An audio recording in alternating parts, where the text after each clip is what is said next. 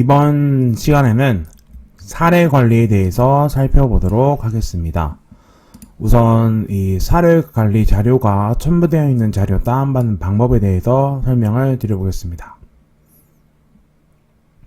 통합 사례 관리 업무 서식 및 작성 방법입니다. 이거 잠깐 뛸게요. 사회복지정보시스템 홈페이지에서 자료실에 들어가셔서 통합 사례 관리 업무 서식 및 작성 방법을 검색하시면 됩니다. 이 자료를 한번 살펴보겠습니다. 제가 여기 폴더에 다운받아 놨고요. 이것을 한번 클릭해서 보겠습니다. 보시면 사례관리 업무 가이드라고 해서 자료가 있습니다. 뭐 이렇게 초기 상담지도 있고요. 밑으로 쭉 내려가 보시면 작성 방법도 있고요. 그 다음에 개인정보 동의서도 있고 욕구조사 사정표도 있고 네, 작성 방법도 있습니다. 그 다음에 이제 뭐 여기 선택 노인 뭐 이런 식으로 해서 구분되어 있다라는 것을, 저희는 노인은 아니니까 이건 굳이 안 해도 돼요. 그 다음에 선택 장애인이 있고 여기 보시면 뭐 노인, 그 다음에 사례 회의록이 있습니다. 근데 이게 아동은 없거든요. 그래서 아동은 따로 해주셔야 된다라는 것을 말씀을 드립니다. 자, 다시 위로 올라와서요. 이 사례관리 업무 가이드가 있는데 아동 그룹폰만을 위한 업무 가이드는 없다라는 것을 먼저 설명을 드립니다. 그래서 저는 이것을 보여드리기만 할 뿐 사용하지는 않을 거거든요. 예, 그래서 이거는 제가 여러분들에게 이런 게 있다라는 것을 보여드렸다라는 의미에서만 봐주셨으면 좋겠습니다. 다시 폴더로 넘어와서요. 이제 사례관리 예시를 한 번 더 클릭해서 보겠습니다. 네, 우선은 사례관리는 아동별로 진행이 돼야 됩니다. 그 이유는요. 2020년 아동공동생활정 평가 지침에 개별 아동에 대한 사례관리가 이루어져야 된다라고 나와 있고요. 보시면 사례관리 목표와 연계 자원과 사례관리 결과가 기록되어 있으면 인정이에요. 잘할 필요도 없고 그냥 이 세 개, 사례관리 목표, 연계 자원, 결과. 저희 엄청 잘해야 된다라고 말하지 않습니다. 자, 사례관리하는 방법 두 가지를 소개합니다. 첫 번째, 사회복지정보 시스템을 활용하는 방법과 두 번째, 제가 교육 폴더에 이제 사례관리 계획서 일지 종결기록서를 넣어 놨거든요. 그것을 활용하는 방법이죠. 우선 사회복지정보 시스템을 활용하는 방법에 대해서 살펴보도록 하겠습니다. 사회복지정보 시스템에서 이력정보 아동생활로 들어가서 일지회록 관리에 사례회의를 아동별로 10회 정도 작성을 해주시면 됩니다. 우선 이것 먼저 설명을 드리도록 하겠습니다. 사회복지정보 시스템으로 이동을 하겠습니다. 사회복지정보 시스템으로 이동을 했고요. 여기 보시면 이력정보에서 아동생활을 클릭해 보도록 하겠습니다. 아동생활을 클릭하시게 되면 이렇게 쭉 나오거든요. 그럼 이제 밑으로 좀 내리시면 여기 사례회의가 있다라는 거죠. 이 사례회의를 10번 정도 해주시면 된다라고 말씀을 드립니다. 사례회의를 클릭해 보도록 하겠습니다. 네, 사례회의를 클릭하시면 이렇게 아무것도 없죠. 네. 제가 우선 안 보여드리려고 저희끼를 보여드리면 안 되잖아요. 그래서 이렇게 만들어 놨고요. 여기서 신규를 누르시면 됩니다. 한번 눌러 보도록 하겠습니다. 자, 프로그램을 누르면 이렇게 선택 사례회의가 나오거든요. 만약에 사례회의가 나오지 않는다, 우리 그룹폼은, 그러면 저에게 댓글에 질문을 남겨주시면 돼요. 그럼 제가 이거 사례회의 나올 수 있도록 도와드리겠습니다. 자, 사례회의를 클릭하시면 대상 아동을 정할 수 있고요. 담당자를 정할 수 있습니다. 그리고 회의 주제 이런 것들을 정할 수 있는데 우선은 이거를 다 채워 놓을게요. 슈퍼바이저는 누르시면 이제 저희 등록된 선생님들, 종사자님들 중에 한 분이 나오거든요. 근데 참고로 그룹폼은 슈퍼바이저가 상담사인데 저희는 상담사가 없다라는 가정하에 굳이 슈퍼바이저랑 슈퍼비전을 할 이유는 없습니다. 그리고 첨부 파일은 뭐 상담하는, 회의하는, 사례 회의하는 내용을 뭐 사진을 찍어 주셔도 됩니다. 자, 이런 것들을 한번 넣어 보도록 하겠습니다. 잠깐 영상을 멈추겠습니다.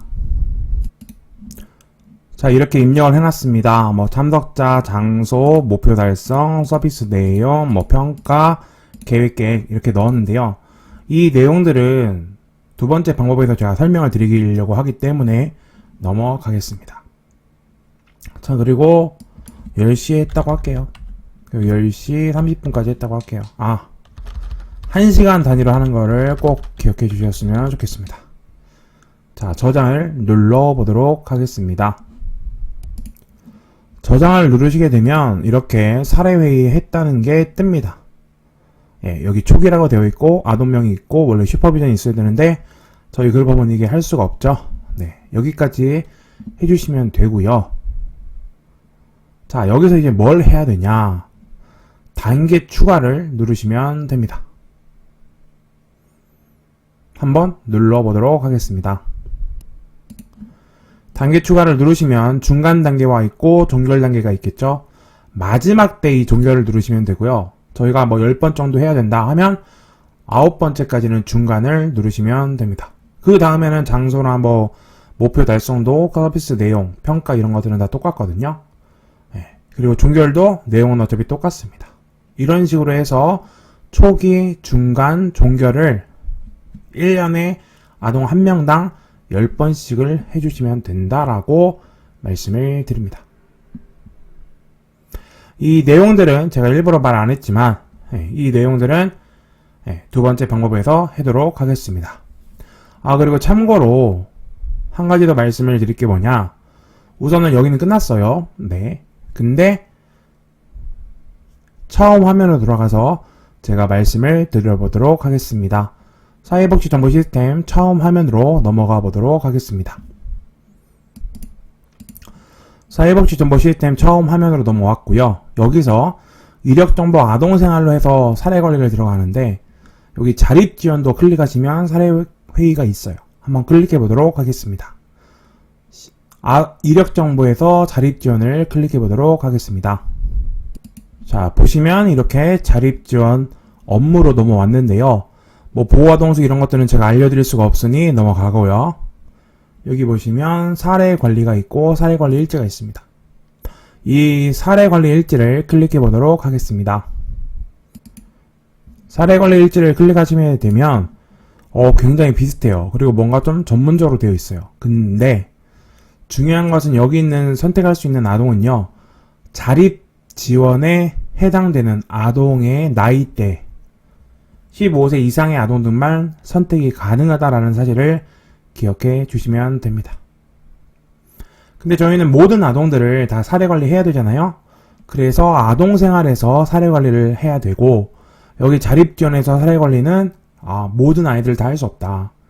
자립지원 대상인 아이들만 사례관리가 가능하다라는 것을 말씀을 드립니다. 그래서 자립지원에서는 사례관리를 웬만하면 하지 않고 넘어가는 것을 추천드리고요. 네, 이제 두 번째 방법을 설명드리도록 하겠습니다. 한글 파일로 넘어가겠습니다. 한글 파일로 넘어오시면요, 우선 사례관리 예시 한번 클릭해서 보도록 하겠습니다. 보시면 여기 두 번째 방법, 교육 폴더에 있는 아동 공동생활과정 사례관리 계획서 일지 종결기록서를 활용한다 라고 나와 있습니다. 이 자료를 보겠습니다. 여기 아동 공동생활과정 사례관리 계획서 일지 종결기록서가 있죠. 더블 클릭하시면 이렇게 나와 있어요. 계획서, 그 다음에 종결기록서, 진행일지. 계획서부터 보겠습니다. 네, 참고로 이거는 제가 짜집게 한 거예요. 네. 이게 옳다라는 게 아닙니다. 하지만 이렇게 해도 아까 그 평가 지표상에서는 통과할 수 있다라고 말씀을 드립니다. 우선 계획서에요, 아동의 이름을 적고요, 성별을 적고 생년월일을 적습니다. 그리고 이 담당자는 이 사례 관리를 할 담당자를 적으면 되겠죠. 그 다음에 주소 적고 전화번호 적고, 주소는요 도나 시까지만 적으시면 돼요. 계획일, 시작일이겠죠. 직업, 뭐 학생이겠죠. 뭐 초등학교, 그 다음에 학교, 의뢰 경위, 뭐 시설 자체 조사, 아니면 그리고 경제 상황. 그리고 보시면 일반적인 상황에 대해서 조사를 하는데요. 가족 상황, 경제 상황, 건강 상황, 일상생활 및 주거 상황, 사회 심리적 상황, 자원 활용 상황을 적어주시면 됩니다. 각각 한 칸씩만 적어주시면 돼요. 한 줄씩, 죄송해요. 뭐 기초수급권자입니다. 뭐 건강은 작으나 뭐 키는 작으나 뭐 전체적으로 건강합니다. 클라이언트에 대한 상황, 아동에 대한 상황이에요. 신체, 인지, 정서, 행동, 강점, 약점에 대해서 한 줄로만 적어주시면 됩니다. 자, 욕구 진술. 그 아동이 이제 뭐라고 얘기를 할 거 아니에요. 그것들을 적어주시면 되죠. 아동의 욕구 뭐가 있냐? 뭐 안정적인 삶에 대한 욕구, 뭐 더 나은 삶에 대한 욕구. 이건 너무 멋있는 말이고요. 예를 들어 아동이 가출을 했어요. 그럼 가출을 하지 않는 욕구. 이런 식으로 적어주시면 돼요. 목표는 2개입니다. 상담을 통해서 해야 되고 서비스 연계가 돼야 되죠. 그래서 개입 전략 방법, 상담이고 그 다음에 연계예요.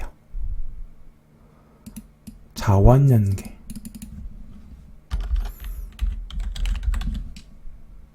사례관리 일정표는 매주 한 번씩 하는 것이 좋죠. 네. 그리고 심리 정서에 도움을 주고 필요시 각종 연계. 이 2가지만 저는 주구장창 밀어붙일 겁니다. 상담과 연계. 자, 다시 끄고요. 저장 안 할 거예요. 그 다음에 진행일지를 보겠습니다. 원래는 10번인데 그냥 5번만 했어요.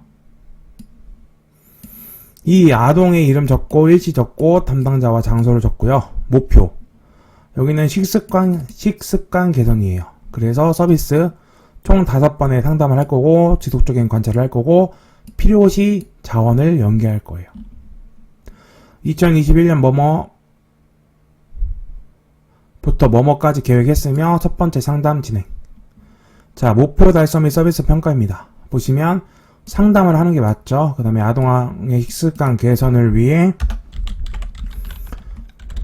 식습관 개선 유튜브 시청 뭐 이런 식으로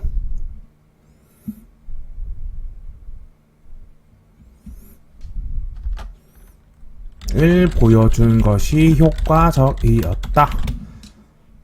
자, 아동에 대한 평가. 아동이 매일 식사를 느리게 하고 입안에 머금고 싶지 않는다. 그러니까 이 상담하는 기간에.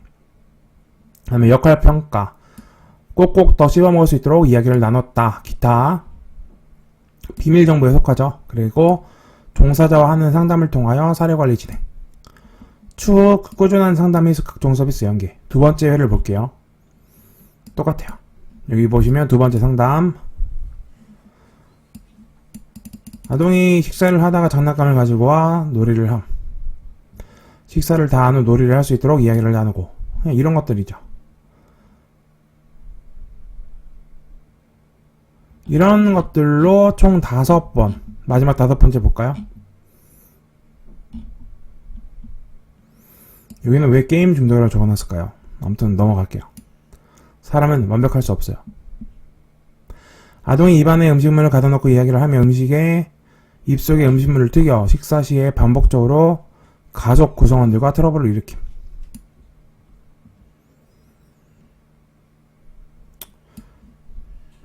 계속 상담을 하고 있죠. 근데 사례관리에서 중요한 게요. 뭔가 해결을 굳이 안 해도 돼요. 왜? 이게 한 번에 고쳐지는 게 아니고 지속적인 것이거든요. 그러니까 5번 만에 해결하지 못했다라고 해서 절망할 필요 없습니다. 그냥 보여드리려고 여기서는 성공하지 못했어요. 그냥 얘는 계속 음식을 안 먹어요. 이건 잘못 적은 거겠죠?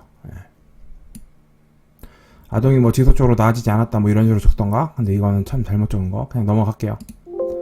저는 완벽하지 않거든요. 자, 종교 기록서예요. 아동 이름, 담당자, 제공 기간, 그 다음에 몇 번의 상담을 했고 전문가를 통해서 안 했으면 안 빼고 각종 서비스 연계. 자, 어떤 서비스 연결을 했는가 적어야 돼요. 예. 기타 사항, 유튜브를 통한 올바른 식습관 교육. 이 끝이 아니에요. 식단표를 작성함으로써 아동에게 음식에 대한 흥미 유발, 식단표 및 음식을 만듦으로써, 이런 것들이 이제 제공된 서비스가 있어야 되는 거죠. 예, 그리고 목표 달성, 유튜브를 통한 시선 교육을 뭐 5번 진행함.